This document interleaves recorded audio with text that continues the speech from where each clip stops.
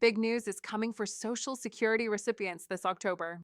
The Social Security Administration has just confirmed new payment schedules and important benefit updates that could directly impact millions of seniors, retirees, SSI, and SSDI beneficiaries. If you rely on these monthly checks to cover essentials like rent, groceries, or medical costs, you'll want to know exactly what's changing and when your payment will arrive. In this update, we'll break down the October Social Security payment dates, explain who qualifies for the new benefits, and highlight key changes you need to be aware of so you don't miss out on a single dollar.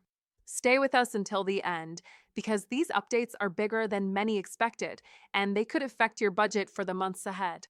Before we dive deep into these crucial updates, make sure to hit that subscribe button and turn on notifications so you never miss out on important financial updates like this one. Let's start with what's probably on everyone's mind right now, the new payment schedule for October. I know many of you have been asking about this in the comments section of my previous videos, and today we're going to clear up all the confusion. The Social Security Administration has implemented some changes to ensure smoother payment distribution, and I want to make sure you know exactly when to expect your check. You might be wondering, why are these changes happening now? Well, it's actually part of a broader effort to streamline the payment system and make it more efficient for everyone involved. The Social Security Administration has been working behind the scenes to modernize their processes, and October marks an important milestone in these improvements. Now, let's talk about the payment dates. For those of you who receive Social Security retirement benefits, your payment date is determined by your birth date. If you were born between the 1st and 10th of the month, you'll receive your payment on the second Wednesday of October. Those born between the 11th and 20th will receive their payments on the third Wednesday, and if your birthday falls between the 21st and 31st, expect your payment on the fourth Wednesday of the month. But here's something interesting that many people don't realize. These dates can sometimes shift due to holidays or weekends. The Social Security Administration has a strict policy about this. If your payment date falls on a federal holiday or weekend, you'll receive your payment on the nearest business day before. This is actually designed to ensure you get your money sooner rather than later. You might be thinking, that's great, but what about the Supplemental Security Income, SSI, recipients? Don't worry, I haven't forgotten about you. SSI payments typically arrive on the first of each month, but October has a special schedule this year. Due to the way the calendar falls, some SSI recipients might see their payments arrive slightly earlier than usual. Now, let's address the elephant in the room, the benefit increases. This is where things get really interesting, and I can see why so many of you have been eager to learn more about this. The Social Security Administration has announced several updates that could affect the size of your monthly check, and trust me, you'll want to know about these changes. First and foremost, let's talk about the cost of living adjustment, COLA. You've probably heard some buzz about this, and there's a good reason for that. The COLA for this year has been designed to help beneficiaries keep pace with inflation, and the numbers are quite significant. But here's what many people don't realize. The actual impact on your monthly check might be different from what you're expecting. Why? Because the COLA is just one piece of the puzzle. Your final benefit amount depends on several factors, including your initial benefit amount, how long you've been receiving benefits, and whether you're paying Medicare premiums from your Social Security check.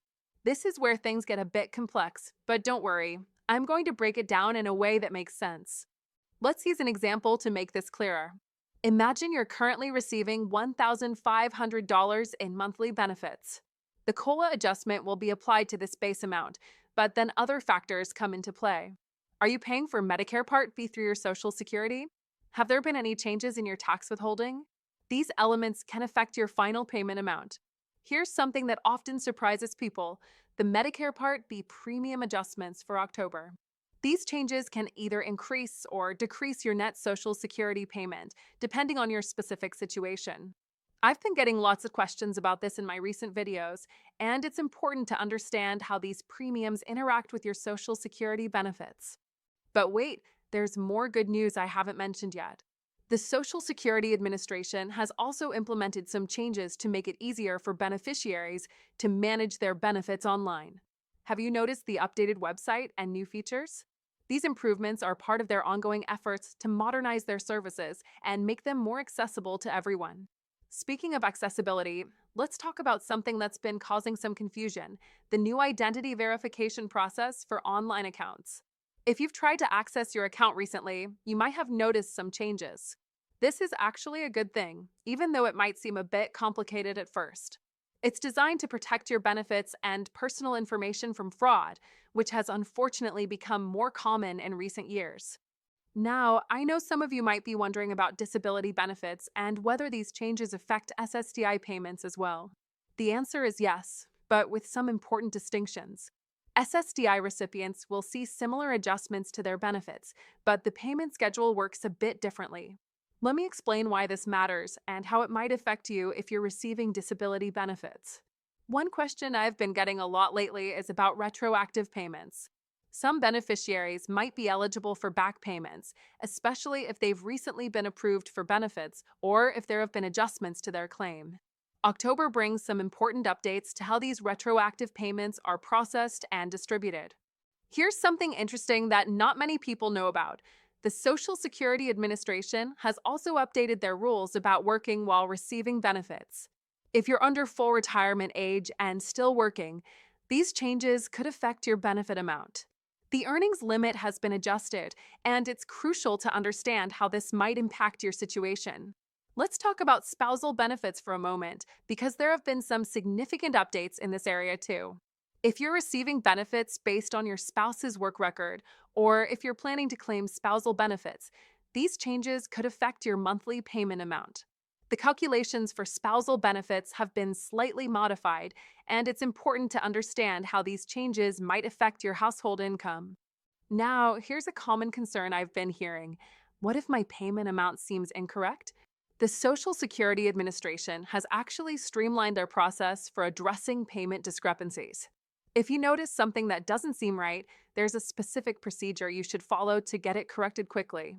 I'll explain exactly what steps to take if you find yourself in this situation.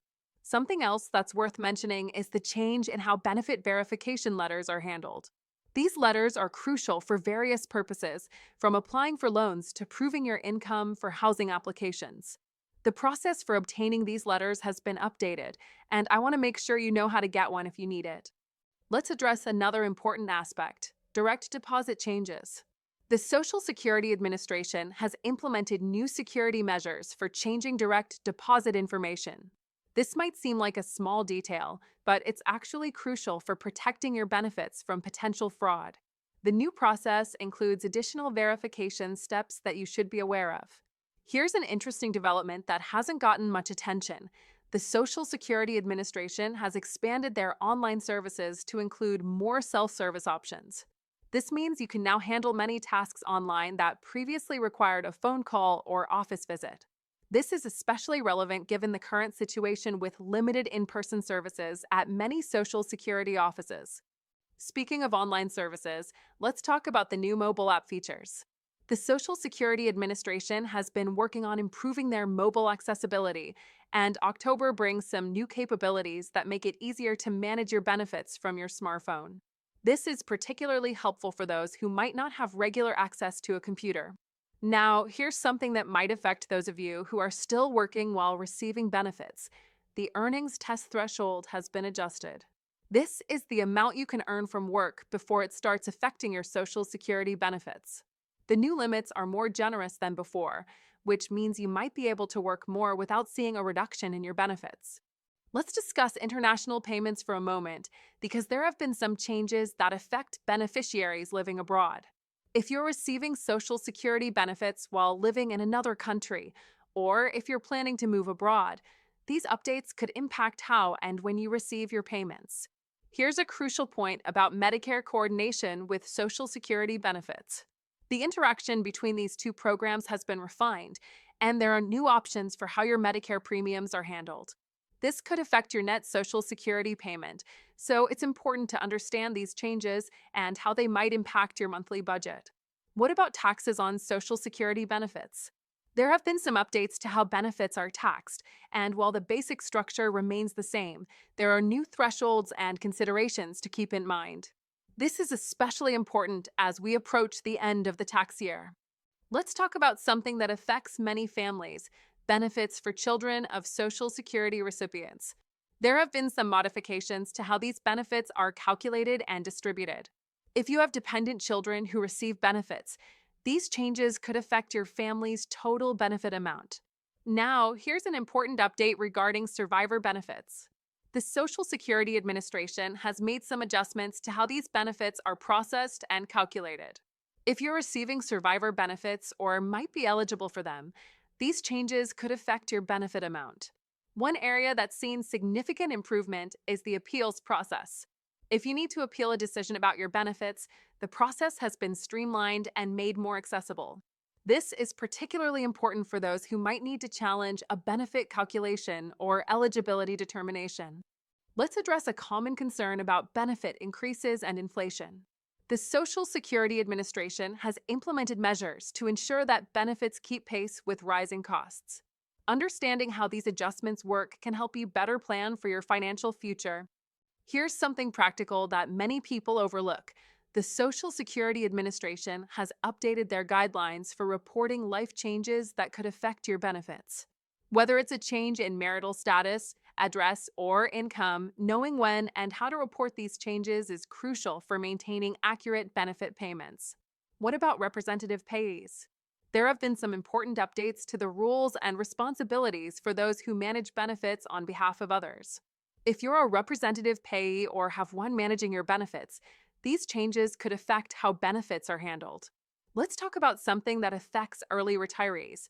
The rules around early retirement reduction factors have been clarified. If you're considering taking benefits before full retirement age, these updates could influence your decision-making process. Now, here's an important point about benefit recalculation. The Social Security Administration periodically reviews and recalculates benefits based on various factors. Understanding this process and knowing when you might be eligible for a recalculation could help you maximize your benefits.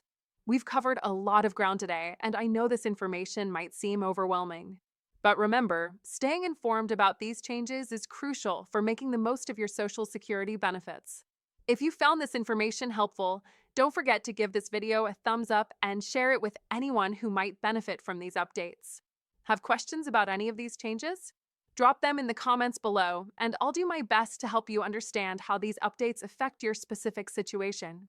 And remember, for the most accurate information about your personal benefits, always check your online Social Security account or contact the Social Security Administration directly.